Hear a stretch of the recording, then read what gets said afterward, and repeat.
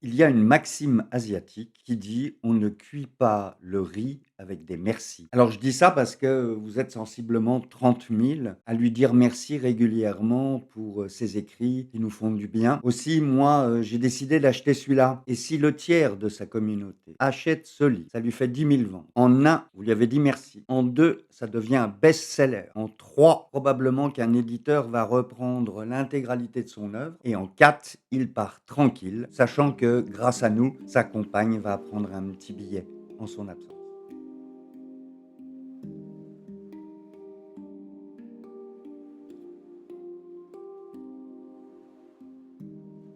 Bonjour à tous, bienvenue sur la chaîne Un cancer pour renaître. Aujourd'hui, une vidéo un peu spécifique puisque je ne vais pas parler du cancer ou de ses conséquences. Enfin, bref, je change de sujet, j'ai envie de rendre hommage à un héros. Donc ceux qui me connaissent savent que j'ai dessiné 2 cancers successivement et que depuis, j'essaie, avec ma petite lanterne, humblement, d'éclairer la lanterne de ceux qui vivent cette pathologie traumatisante. Donc, pour rencontrer un maximum de cancéreux, je me balade sur les forums et là, je croise évidemment une foule. Imaginez une foule, on est 4 millions à vivre ça. On est plus de 300 000 tous les ans à être diagnostiqués. Ça veut dire que là, dès demain, il y a plus d'1 millier de Français qui vont apprendre qu'ils sont atteints d'un cancer. Et donc, on croise beaucoup de monde. Et dans cette multitude de gens malades, en fait, on a 2 grandes familles. On a et Dieu sait que c'est pas un jugement, hein, mais on a plutôt la famille des plaintifs, ceux qui,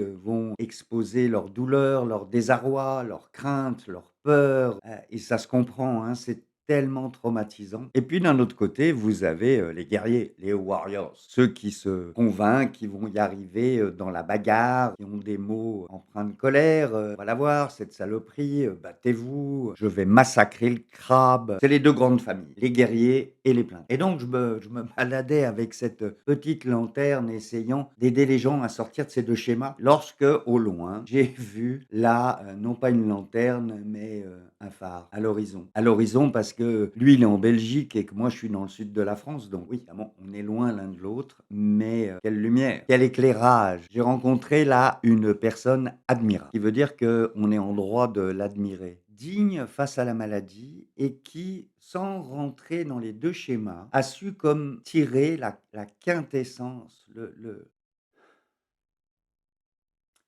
c'est comme s'il avait su écouter son âme à travers cette maladie, de revenir à l'essentiel de ce qu'est une vie terrestre. Il a su tirer de l'épreuve une sagesse dont devraient s'inspirer non seulement les malades, mais tous ceux qui ont l'illusion d'être en bonne santé, hein. L'importance de l'instant présent, l'importance de l'amour, savoir se libérer du poids du passé, hein, des illusions de l'avenir. C'est que c'est un artiste incroyable.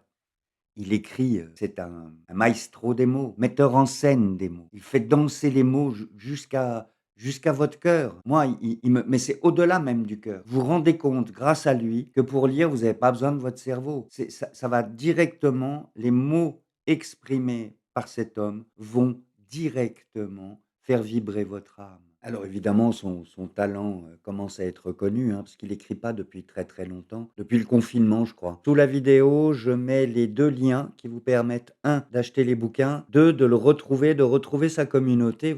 Ils sont plus de 30 000, 31 000, 32 000, sur son compte Facebook, que je vous engage à aller le rejoindre et reprendre l'historique de ses posts. C'est tout simplement, magnifique, quel que soit le thème abordé. Alors je reste bref dans mes propos parce que le temps nous est compté à tous. Donc rarement on n'a pas eu, l'occasion de se rencontrer sur cette, vibration terrestre. Donc je sais que tu as une foi inébranlable et que ça va te parler si je te dis: «On se retrouve de l'autre côté, sur des vibrations un peu plus célestes». Alors, au revoir monsieur.